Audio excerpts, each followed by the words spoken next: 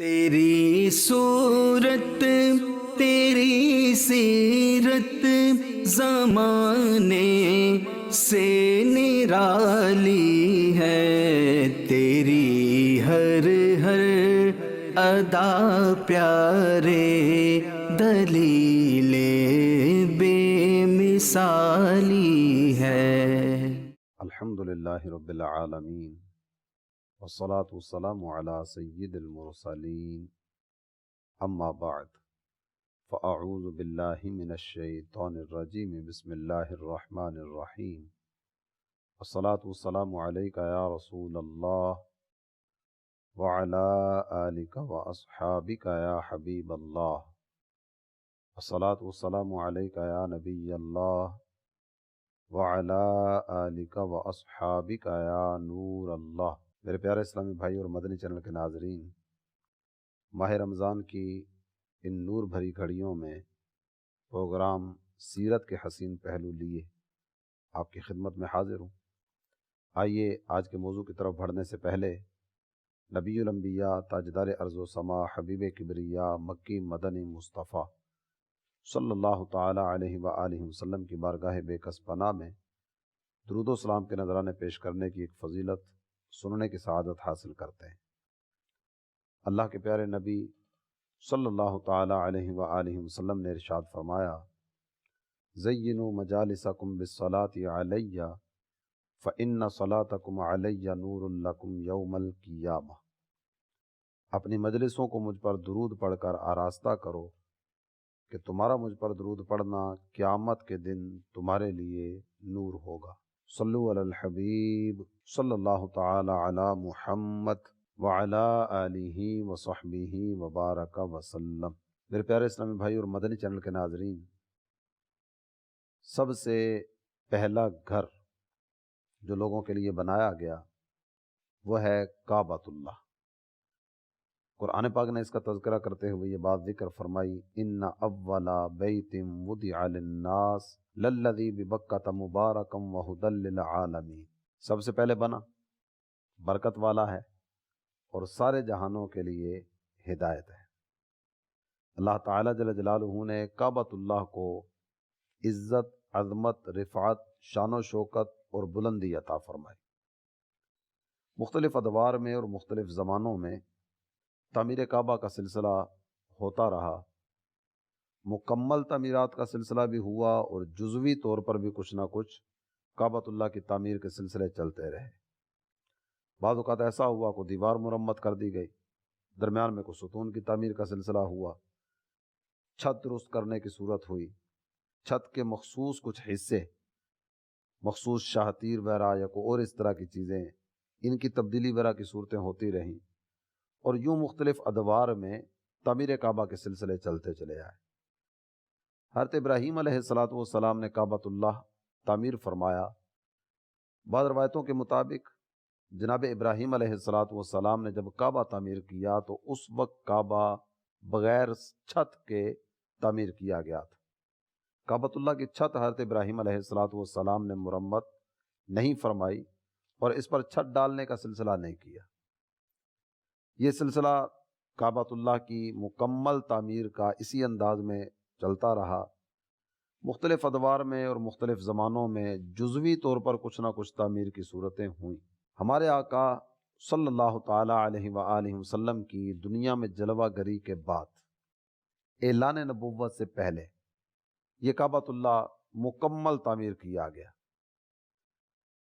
اس وقت کعبۃ اللہ کی تعمیر کی جو حاجت اور ضرورت محسوس ہوئی وہ یہ تھی کہ آپ میں سے میرے وہ عاشقان رسول جنہوں نے حج کی سعادتیں حاصل کیں، عمرے کی سعادتیں حاصل کیں، مسجد حرام کی زیارتیں اللہ تعالیٰ جل جلالہ نے جن کے مقدر میں فرمائیں، وہ جانتے ہوں گے کہ کعبۃ اللہ یہ نشیبی علاقے میں جا کر آتا ہے۔ نشیبی علاقہ مین گہرائی میں جا کر۔ ابھی بھی جب مسجد حرام میں داخل ہوتے ہیں نا تو آپ کسی بھی دروازے سے داخل ہوں گے تو آپ کو سیڑھیاں اترتے ہوئے نیچے کی طرف آنا پڑے گا۔ نیچے جا کر نا پھر مطاف آتا ہے، طواف کرنے کی جگہ، اور وہاں پھر کعبۃ اللہ کے جلوے نگاہوں کے سامنے ہوتے ہیں۔ کعبۃ اللہ یہ نچلے حصے میں ہے، ڈھلوان والے حصے میں ہے۔ اس دور میں کیفیت یہ ہوا کرتی تھی کہ جب بارشیں ہوتی تو پانی جمع ہو جاتا، یہ پانی کعبۃ اللہ تک پہنچتا، اور کچھ آزمائش والی صورتیں یہ بھی ہو جایا کرتی تھی۔ وہ آزمائش والی صورتیں یوں ہوتی کہ اگر پانی زیادہ آ گیا نا تو بعض اوقات کوئی نہ کوئی حصہ مخدوش ہو جاتا، دیوار سے پتھر نکل جاتے، دیوار گر جاتی، یا کوئی اور اس طرح کی آزمائش والی صورت پیش آتی۔ اہل مکہ جمع ہو کر اس پر مشاورت کا سلسلہ کر رہے ہیں کہ یہ جب بھی بارش ہوتی ہے تو کچھ نہ کچھ تعمیرات کا سلسلہ ہمیں کرنا پڑتا ہے۔ کوئی ایسی صورت نہ کی جائے کہ ہم از سر نو مکمل کعبۃ اللہ کی تعمیر کریں، مضبوط بنیادوں پر تعمیر کی جائے، مضبوط انداز میں دیواریں کھڑی کی جائیں، تاکہ یہ بارشی اثرات سے کعبۃ اللہ کو بچانے کا سلسلہ کیا جا سکے۔ آپس میں مشورہ ہوا، مشورہ ہو جانے کے بعد اب کعبۃ اللہ کو کس انداز میں تعمیر کیا جائے گا، رقم کا انتظام کیسے ہوگا اور دیگر صورتیں کیا ہوں گی، اس پر یہ غور و فکر کا سلسلہ جاری ہے۔ میرے پیارے اسلامی بھائی اور مدنی چینل کے ناظرین، یہ وہ دور تھا جو جہالت والا تھا، حلال اور حرام کی تمیز اس قوم کو نہیں تھی۔ اپنے کھانے پینے رہنے سہنے کے لیے جس انداز میں بھی رقم ہاتھ میں آئی اس کو کھینچا اور اپنا نظام زندگی چلایا۔ لیکن ان کے دل میں ایک بات اللہ تعالی جل جلالہ کی طرف سے ڈال دی گئی، وہ یہ تھی کہ اللہ کا گھر ہے، عزت والا، عظمت والا، حرمت والا، رفعت والا، بلندی والا، شان و شوکت والا۔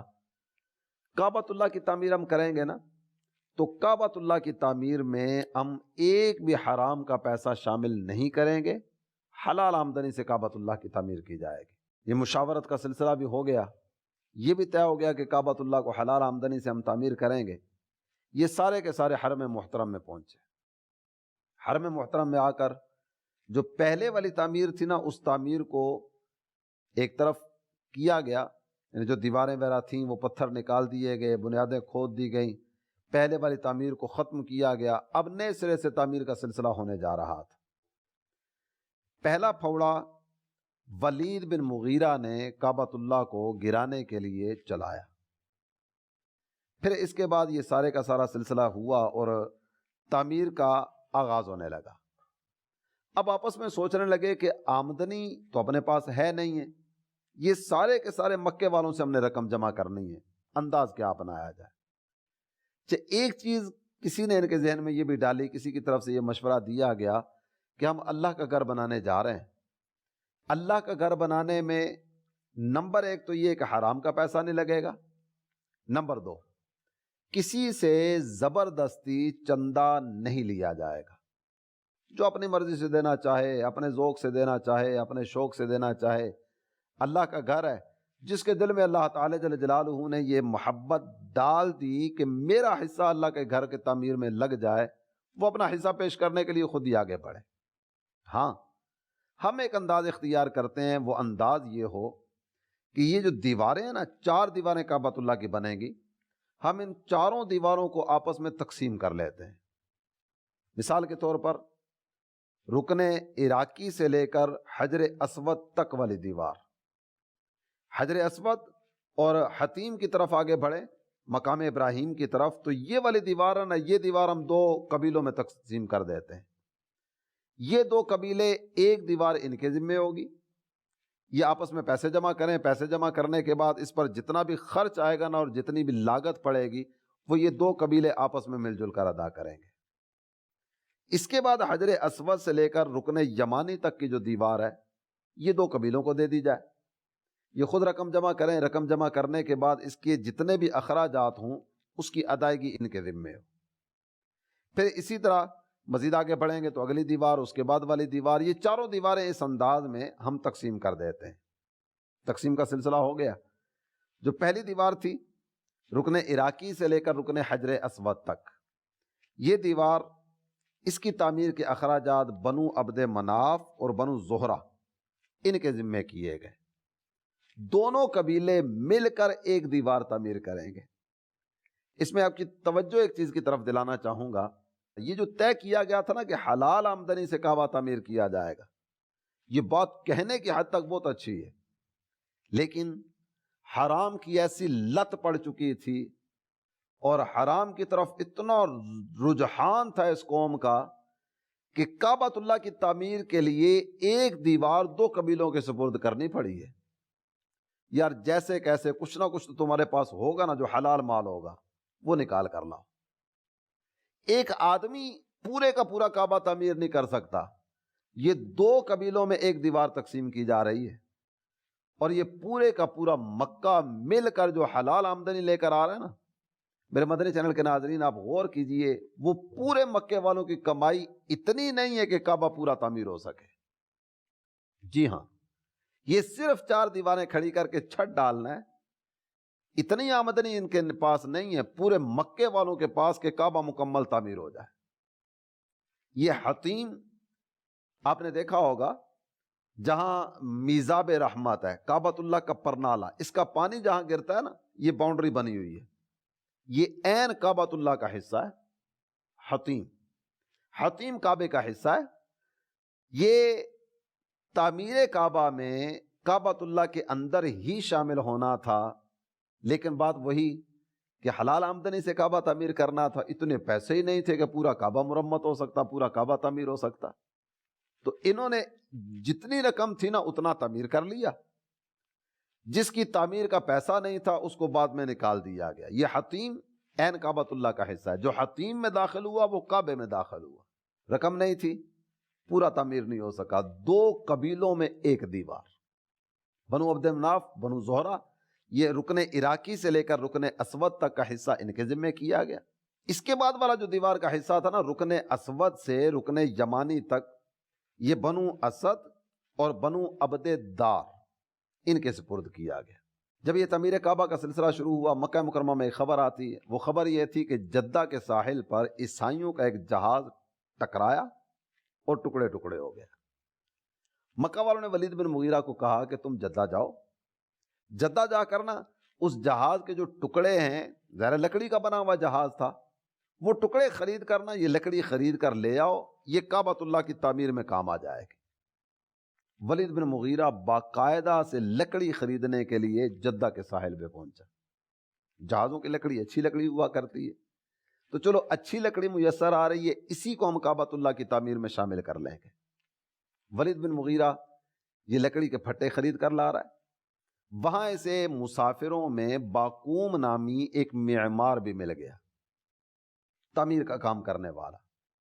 اس سے بات چیت کر کے اس کو بھی اپنے ساتھ مکہ مکرمہ میں لے آیا کہ یوں ہم کعبہ تعمیر کرنے لگے ہیں، تم آؤ، اپنا ہنر آزماؤ، اپنی کاریگری دکھاؤ اور تعمیر کعبہ کی سعادت پاؤ۔ باقوم بھی اس کے ساتھ چل پڑا۔ یہاں آ کر تعمیر کعبہ کا سلسلہ شروع ہوا۔ جب یہ کعبۃ اللہ المشرفہ تعمیر کیا گیا، ہمارے کریم آقا، ہمارے رحیم آقا، ہمارے مشفق اور مہربان آقا صلی اللہ تعالی علیہ وآلہ وسلم نے بھی تعمیر کعبہ میں حصہ لیا۔ میرے آقا خود پتھر اٹھا اٹھا کر کعبۃ اللہ کی تعمیر کے لیے لا رہے تھے، یہاں تک کہ بعض روایتیں شاہد ہیں کہ نبی محترم صلی اللہ تعالی علیہ وآلہ وسلم کے نرم نرم جسم پر، جسم نازنین پر پتھر اٹھانے کی وجہ سے خراشیں پڑ گئی تھی۔ میرے آقا نے بھی اپنا حصہ تعمیر کعبہ میں شامل کیا۔ تعمیر کے ابتدائی مراحل بڑے آرام سے مکمل ہوئے، دیواریں کھڑی کر دی گئیں، چھت ڈال دیا گیا۔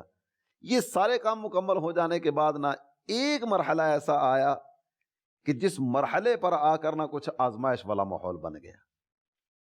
وہ مرحلہ تھا حجر اسود کے نصب کرنے کا۔ حجر اسود یہ نصب کیا جائے گا، کعبۃ اللہ میں نصب کیا جائے گا، لیکن نصب کون کرے گا؟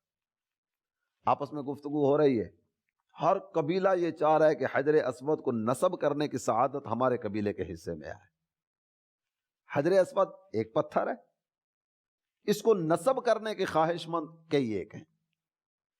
گفتگو آپس میں ہو رہی ہے لیکن حل کوئی نہیں نکلتا، کیا کریں، کون سا قبیلہ کرے کون سا نہ کرے۔ کسی ایک کی طرف جاتا ہے نا تو وہ پھر کچھ ناک کا مسئلہ بیچ میں آ جاتا ہے، یہ نصب کریں گے ہم کیوں نہیں، یہ سعادت ان کے حصے میں آ رہی ہے ہمارے حصے میں کیوں نہیں، اس پر گفتگو ہو رہی ہے۔ اور ماحول اس طرح کا گرم ہو چکا ہے کہ کعبۃ اللہ میں حجر اسود کو میرا قبیلہ ہی نصب کرے گا۔ ہر قبیلے کی یہی خواہش، یہی تمنا، یہی آرزو۔ میرے پیارے اسلامی بھائی اور مدنی چینل کے ناظرین، یہ وہ قوم ہے جو گھوڑا آگے بڑھانے پہ جھگڑ پڑتی ہے۔ تیرا گھوڑا آگے کیوں نکلا؟ یہاں تک کہ جانور ایک گھاٹ پر پانی پینے کے لیے پہنچے، جانور تو جانور ہے نا، ایک نے پانی پیا، دوسرے کی طبیعت ہی نہیں ہے پینے کی، یا زبردستی بھی بعض اوقات جانور کو پانی پلانے کی کوشش کر دو، وہ پانی پینے کے لیے تیار نہیں ہوتا۔ تیرے گھوڑے نے پہلے پانی کیوں پیا؟ اس پر جھگڑا ہو جاتا تھا۔ چھوٹی چھوٹی بات پر تلوار نیام سے نکلی اور 2 4 5 10 لاشیں گر گئیں، یہ ان کے لیے معمولی کام تھا۔ حجر اسود میرا قبیلہ نصب کرے گا، تم آگے کیوں آؤ گے؟ ایک دن گزر گیا، مسئلہ حل نہیں ہوا۔ دوسرا دن بھی اسی کیفیت میں گزر گیا، مسئلہ حل نہیں ہوا۔ تیسرا دن آیا، وہ بھی نکل گیا۔ حجر اسود کون نصب کرے گا، اس پر جھگڑا چل رہا ہے۔ حجر اسود نصب ہونا چاہیے، اس پر سب کا اتفاق ہے، لیکن میرا قبیلہ نصب کرے گا، یہ سعادت کسی اور کے حصے میں نہ آئے، یہ جھگڑا ہے۔ 4 دن گزر گئے، کوئی حل نہیں ہوا۔ چوتھے دن نا ابو امیہ ابن مغیرہ یہ مشورہ دینے لگا، یہ عمر رسیدہ تھا اور بہت سالوں سے عمر میں بڑا تھا۔ کہنے لگا کہ میں تمہیں ایک رائے دیتا ہوں، اگر تم میری رائے کو مان لو تو امید ہے کہ جھگڑا ختم ہو جائے گا۔ سب اہل مکہ اس کی طرف متوجہ ہوئے، کہنے لگے ابو امیہ کیا کہنا چاہتے ہو؟ تمہارے پاس اس کا حل ہے تو تم جلدی سے دو، تاکہ حجر اسود کو تو کعبۃ اللہ میں نصب کیا جائے نا۔ ابو امیہ کہنے لگا کہ رات ہم سارے اپنے اپنے گھروں میں چلے جاتے ہیں، صبح سب سے پہلے جو حرم محترم میں داخل ہوگا نا، ہم اس کو ثالث مقرر کر لیں گے۔ وہ جس کے حق میں جو فیصلہ دے دے، سارے قبائل اس کے فیصلے کو تسلیم کریں گے، اور وہ جس کو کہہ دینا کہ تم حجر اسود کو نصب کرو، یہ سعادت اس کے حصے میں آئے گی، ہم میں سے کسی کو اس پر کوئی اعتراض نہیں ہوگا۔ بات سب کو پسند آ گئی اور سب اس چیز پر متفق ہو گئے کہ ٹھیک ہے، کل سب سے پہلے جو حرم میں داخل ہوگا نا، یہ سعادت اسی کے حصے میں جائے کہ وہ ثالث مقرر ہو، وہ جس کے بارے میں جو فیصلہ کرے نا، ہم سب کو اس پر اتفاق ہوگا۔ فیصلہ سننے کے بعد اطمینان، اتفاق، اتحاد کا ماحول بنتا محسوس ہوا، یہ سارے اپنے اپنے گھروں میں چلے گئے۔ اگلا دن آیا، یہ قضیہ نمٹانے کے لیے ثالث کون بنتا ہے؟ سارے یہ سوچ رہے ہیں کل حرم میں پہلے پتہ نہیں کون آئے گا۔ اگلا دن آیا، مقررہ وقت پر میرے مدنی چینل کے ناظرین، سب سے پہلے حرم محترم میں داخل ہونے والی شخصیت وہ میرے اور آپ کے پیارے آقا صلی اللہ تعالی علیہ وآلہ وسلم کی شخصیت۔ میرے آقا حرم میں داخل ہوئے۔ جب سرکار حرم میں داخل ہوئے نا، تو نبی محترم صلی اللہ تعالی علیہ وآلہ وسلم کی شخصیت ایک ایسی شخصیت ہے کہ یہ جتنے قبائل آپس میں گتھم گتھا تھے نا، اور جتنے قبائل الجھ رہے تھے، جھگڑ رہے تھے، کون نصب کرے گا، میرے قبیلے کے علاوہ کسی کے مقدر میں یہ سعادت نہیں آنی چاہیے۔ ان میں سے کوئی قبیلہ ایسا نہیں ہے کہ جس قبیلے والوں کو میرے آقا کی ذات پر کچھ کلام ہو۔ الفضل ما شہدت بہ الاعداء، یہ ہوتی ہے فضیلت جس کا اقرار دشمن بھی کرے۔ دشمن بھی جب کلام کرے نا، اس کی زبان پر بھی یہی آئے کہ فضیلت والے تو یہی ہیں، عزت و عظمت والے تو یہی ہیں۔ یہ وہ وقت ہے کہ میرے آقا نے ابھی اعلان نبوت نہیں فرمایا، سارے مکے والے آپ کو صادق بھی کہتے ہیں، امین بھی کہتے ہیں۔ میرے آقا آ گئے، سرکار دو عالم صلی اللہ تعالی علیہ وآلہ وسلم کو ثالث مقرر کیا گیا۔ سرکار دو عالم صلی اللہ تعالی علیہ وآلہ وسلم کی ذات گرامی تو وہ عظیم ذات ہے نا۔ میرے مدنی چینل کے ناظرین، میرے محبوب آ جائیں نا تو تنے بے جاں میں جاں آ جایا کرتی ہے۔ سرکار جلوہ فرما ہوئے، نبی محترم صلی اللہ تعالی علیہ وآلہ وسلم کی تشریف آوری کے بعد اب جھگڑا کیسے نمٹتا ہے؟ میرے آقا سارے نزاکت کو سمجھتے ہیں، حالات کو سمجھتے ہیں، اور کیفیت اس طرح کی ہے کہ ہو سکتا ہے کسی ایک قبیلے کے بارے میں فیصلہ فرمائیں تو بقیہ قبائل والے اب وجہ ترجیح تلاش کرنے کے چکر میں پڑ جائیں، ان کو کیوں کہا ہے؟ کچھ اور سوچ کا زاویہ نہ تبدیل ہونا شروع ہو جائے، اندر کھاتے کہانی کچھ اور تو نہیں۔ ظاہر سی بات ہے، اعتراض کرنے والا تو اعتراض کا موقع تلاش کر رہا ہوتا ہے نا، لیکن میرے آقا کو اللہ تعالی جل جلالہ نے جو فہم و فراست عطا فرمائی نا، سرکار علی وقار صلی اللہ تعالی علیہ وآلہ وسلم کا مبارک فیصلہ دیکھیے۔ چادر بچھاؤ، چادر بچھا دی گئی، حجر اسود کو لاؤ، حجر اسود پیش کیا گیا، نبی محترم صلی اللہ تعالی علیہ وسلم نے چادر پہ رکھا حجر اسود کو، چادر بچ چکی، حجر اسود رکھا جا چکا، اللہ کے پیارے محبوب صلی اللہ تعالی علیہ وآلہ وسلم ارشاد فرمانے لگے تمام قبائل کے سردار آگے آ جائیں، سارے کے سارے قبائل کے سردار کو بلا لیا گیا۔ یہ جب سارے سردار حاضر بارگاہ ہوئے نا، میرے آقا صلی اللہ تعالی علیہ وآلہ وسلم نے ارشاد فرمایا کہ سارے مل کر چادر کو اٹھاؤ، سب نے مل کر چادر کو اٹھایا۔ جب یہ حجر اسود اپنے اس مقام پر آیا نا کہ جہاں حجر اسود کو رکھنا تھا، سارے قبائل والے چادر اٹھا کر اوپر لائے ہوئے ہیں، اب کوئی قبیلہ پیچھے نہیں ہے، میرا قبیلہ رکھے گا، کسی اور کو موقع میسر نہیں آنے دوں گا۔ اب تو سارے کے سارے قبائل شریک ہیں نا۔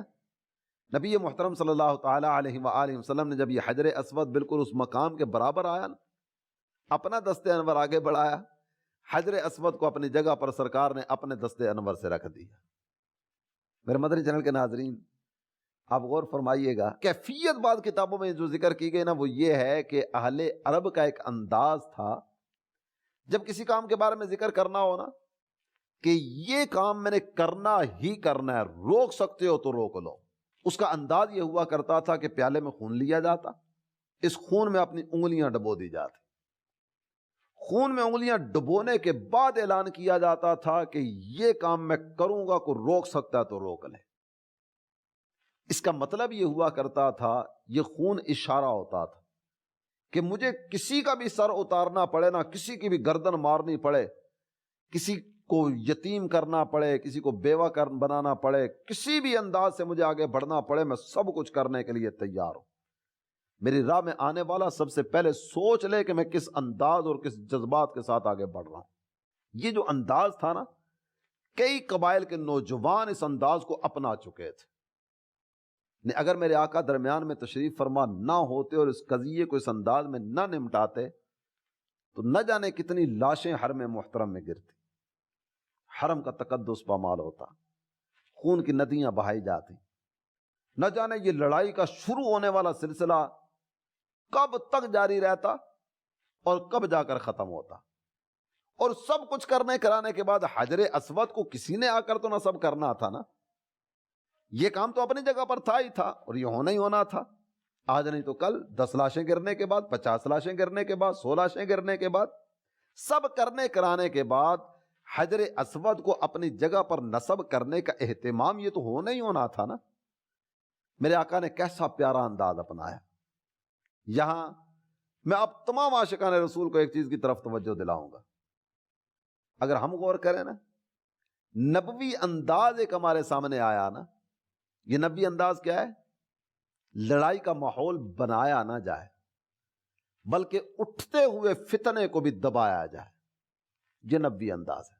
فتنہ اٹھانا، جگانا، پھیلانا، بھڑکانا یہ کسی صورت میں پسندیدہ نہیں ہے۔ لڑائی کے ماحول کو ختم کیا جائے، اس کو مٹایا جائے، اس کو دبایا جائے، اس کو لے کر آگے بڑھنے کا سلسلہ نہ کیا کرایا جائے۔ میرے مدنی چینل کے ناظرین، یہ مدنی پھول سننے کے بعد نا ہم اگر اپنا انداز بھی دیکھیں، تجھے پتہ ہے حالات کس طرح کے چل رہے ہیں، فلاں تیرے بارے میں کیا جذبات رکھتا ہے، یار تو نرا شریف آدمی ہے، تو دائیں بائیں آگے پیچھے والوں کے معاملات کی طرف توجہ ہی نہیں کرتا، تجھے ذرہ برابر پتہ نہیں چلتا، لوگ تجھے چکما دے کر نکل جاتے ہیں۔ وہ جس کو تو اپنا خیر خواہ سمجھتا ہے نا، وہ تیرا خیر خواہ نہیں ہے، وہ تیری اندر سے جڑیں کاٹ رہا ہے، تجھے یار پتہ ہی نہیں چلتا۔ یہ سامنے والے سے اس انداز میں باتیں کر کر آ کے نا اس کے دل میں مسلمانوں کی نفرت کا بیج بویا جا رہا ہوتا ہے۔ یار میں تمہیں کیا بتاؤں، تو نے کبھی غور ہی نہیں کیا، وہ تیرے سامنے اس طرح کر کے وہ ہاتھ چلا رہا تھا، وہ اپنے منہ پہ ہاتھ مار رہا تھا، وہ تجھے دھمکی دے کر چلا گیا، تو نے اس کے انداز پر غور نہیں کیا، اس کے جملے پر غور نہیں کیا، کس انداز میں، وہ تو بالکل واضح واضح بات تمہارے سامنے کر کے چلا گیا، تو سمجھ نہیں سکا اس کی بات کو۔ نہیں، بعض اوقات بات کچھ بھی نہیں ہوتی لیکن اندر سے نا زبردستی کچھ نہ کچھ ہم نکالنے کی کوشش کر رہے ہوتے ہیں۔ کوئی تو ماحول اس طرح کا بنے نا یار، کوئی دستوں گریبان ہوں نا، پستول نکلے، رائفل نکلے، گولی چلے، گالی بکنے کا سلسلہ شروع ہو، ایک دوسرے کو جناب 2-4 تھپڑ رسید کریں، پتہ تو چلے کہ کس میں کتنا خون ہے، کس میں کتنا دم خم ہے. ہم باقاعدہ سے نا ماحول کو گرمانے اور آگ لگانے کے چکر میں ہوتے ہیں. یار میں تمہارے سامنے سیدھی سیدھی بات کروں، وہ تمہیں دیکھنا پسند نہیں کرتا، اس کے دل میں تمہارے بارے میں بڑی نفرت ہے، آگ بھری ہوئی ہے آگ. میں تمہیں بتا نہیں سکتا، باتیں بہت ساری ہیں. اس انداز کو اختیار کر کے نا ہم تھوڑا تھوڑا وہ آگے بڑھنے کا سلسلہ کر رہے ہوتے ہیں.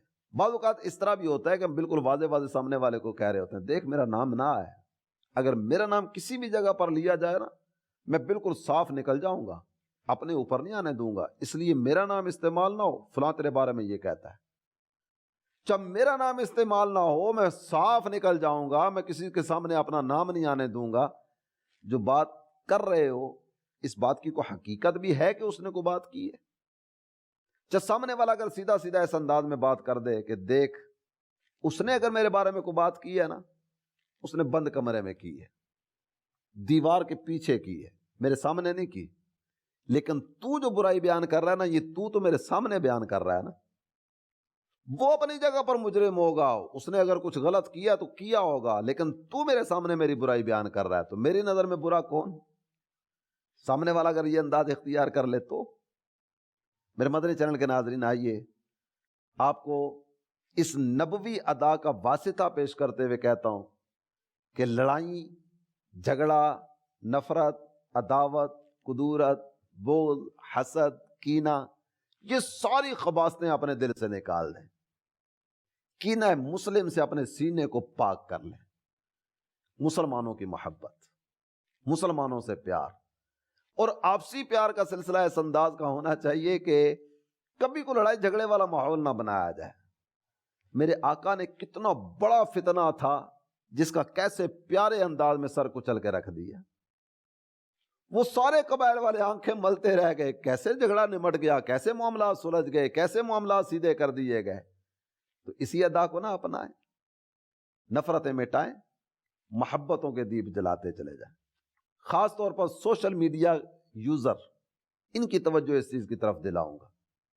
بہت اوقات کچھ بھی نہیں ہوتا، یہ سوشل میڈیا پر ایسے ہی ماحول گرما کے بیٹھے ہوتے ہیں کسی مذہبی شخصیت کے بارے میں، کسی مسلمان کے بارے میں. اور بعض اوقات ایسی صورت ہوتی ہے کہ سامنے والا کہہ رہا ہوتا ہے یار میں کیسے ان کو سمجھاؤں، کہانی کچھ بھی نہیں ہے، بات کچھ بھی نہیں ہے، یہ ایسے ہی ماحول کو گرما کے بیٹھے ہوئے ہیں. تو آئیے اس سارے انداز کی تبدیلی پر غور کریں. یہ نفرت کی آگ بھڑکانے کے بجائے محبت کے دیپ جلاتے چلے جائیں. اسی بات پر اپنی گفتگو کو اختتام کی طرف لاؤں گا کہ آئیے نا لحد میں عشق رخ شہ کا داغ لے کے چلے، اندھیری رات سنی ہے چراغ لے کے چلے.